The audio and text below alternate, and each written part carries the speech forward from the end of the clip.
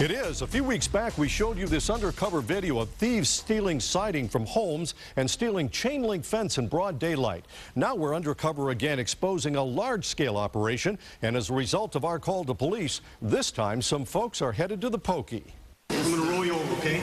Roll you over. This is the end result of our latest Action News investigation into the metal theft epidemic in Detroit.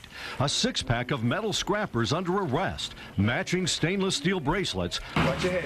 a courtesy shuttle van, and a reservation for 6 at the Iron Bar Hotel.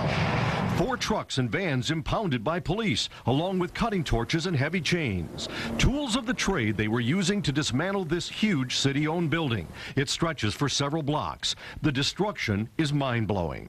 This is what happens when the scrappers move in. This used to be a magnificent industrial building. Look what's left. Nothing more than a mess for the taxpayers to clean up. So how did Detroit police wind up on the case? Let me rewind to the beginning. It all started with a phone call to the 7 Action News investigators from Bishop Jesse King. We've been living with this for 2 years. King lives right next door to this metal thieves' paradise, and he's tired of it. They've been working in that building day and night. You can hear steel falling at night. 12, 1, 2, 3 o'clock in the morning. And it's not just this building. Drive around King's neighborhood and you see dozens of vacant homes stripped clean. King says it's high time someone put a stop to the pillaging of our city. The city and the courts need to come together, and they need to penalize these people where they'll quit tearing up this city and give law enforcement some teeth to do their job. King asked the Action News investigators to get involved, hoping we'd bring down some serious heat. So we went undercover and caught the scrappers on camera. From street level, we watched this guy using a battery-powered saw strapped to a long pole. And from a rooftop perch, we saw a whole crew of guys working. First, they use a cutting torch to separate steel I-beams. Then they hooked up a chain. You can't see it in the shot, but the other end is hooked to a truck. I'd seen enough. It was time to make a phone call. Hi, Lieutenant. Yeah, it's Scott Lewis. I called Lieutenant Derek Hassan, who heads up the Detroit Police Metal Theft Task Force, and we set up a rendezvous spot. At the far end of the industrial complex, there's one area that's still occupied.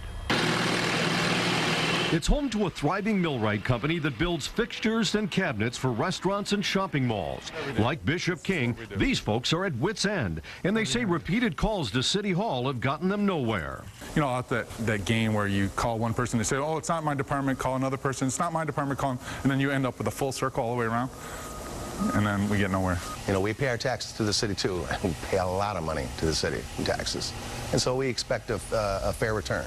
And finally, they're going to get it. Lieutenant Hassan arrives with his metal theft team in tow. A worker at the millwright company briefs him on where and how the metal thieves are working. They got any heavy equipment? No, they use their trucks, cut through all the pipes and the rods, and they hook them up to their truck and yank them away with the chain. Are they here every day? Yes.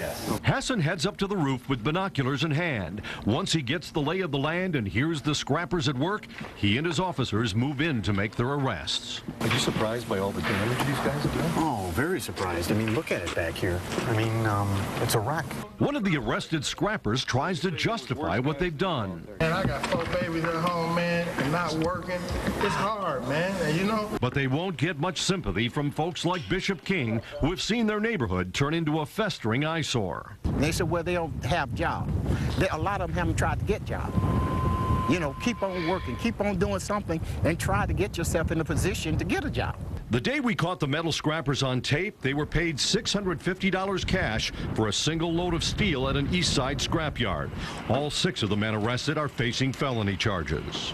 Hours after their arrest, neighbors saw a different crew inside the same building stealing metal. Neighbors want the city to tear the building down to put a stop to the problem, but many say the real solution for every neighborhood is a proposed law to tighten regulations on scrapyards that are buying the stolen metal.